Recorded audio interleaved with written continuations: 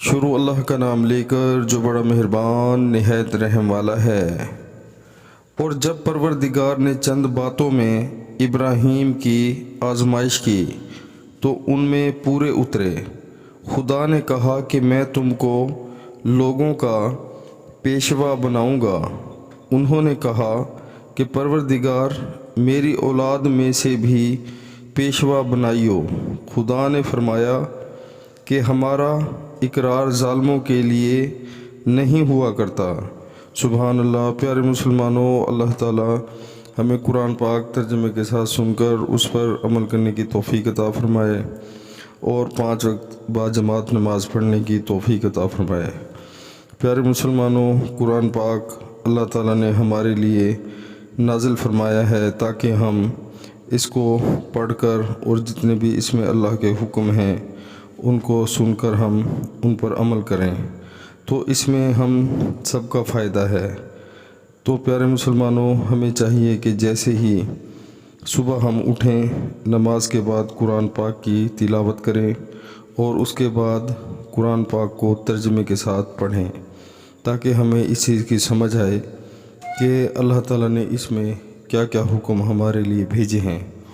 تو پیارے مسلمانوں، ہمیں غور کرنا چاہیے کہ جب ہم صبح اٹھتے ہیں تو کیا ہم قرآن پاک کو اٹھاتے ہیں، پڑھتے ہیں؟ تو اس چیز کا ہمیں غور کرنا چاہیے۔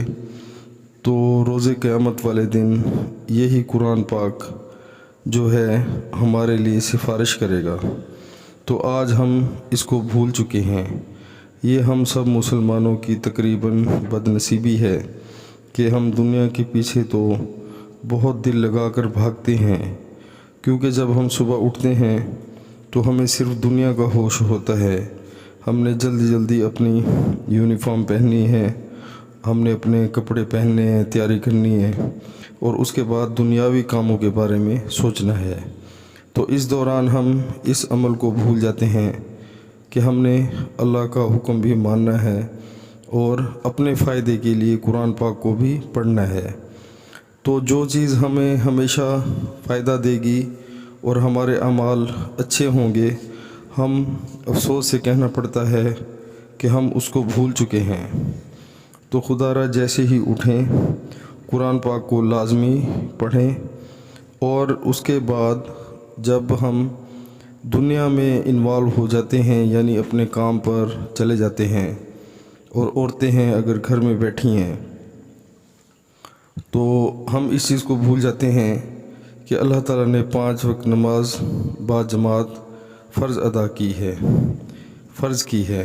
تو ہمیں اس چیز پر بھی غور کرنا چاہیے کہ جیسے ہی اذان کا ٹائم ہو تو ہمیں دنیا کے سارے کام چھوڑ کر اللہ کے حضور جھک جانا چاہیے۔ زیادہ سے زیادہ آدھا گھنٹہ لگتا ہے نماز میں۔ اگر مرد مسجد میں پڑھیں اور عورتیں گھر میں پڑھیں تو صرف اتنا ہی ٹائم لگتا ہے۔ تو ہمیں جو ہے وہ دنیاوی کام تو بہت یاد رہ جاتے ہیں، لیکن جو اللہ کا حکم ہے، فرض نمازوں کے جو ٹائم ہیں وہ ہم بھول جاتے ہیں۔ تو ہمیں اس چیز کا احساس کرنا چاہیے، بلا وجہ نماز کو نہیں ترک کرنا چاہیے۔ تو جب ہم بھی اللہ کے آگے نہیں جھکیں گے تو اللہ تعالیٰ بھی بے پرواہ ہے۔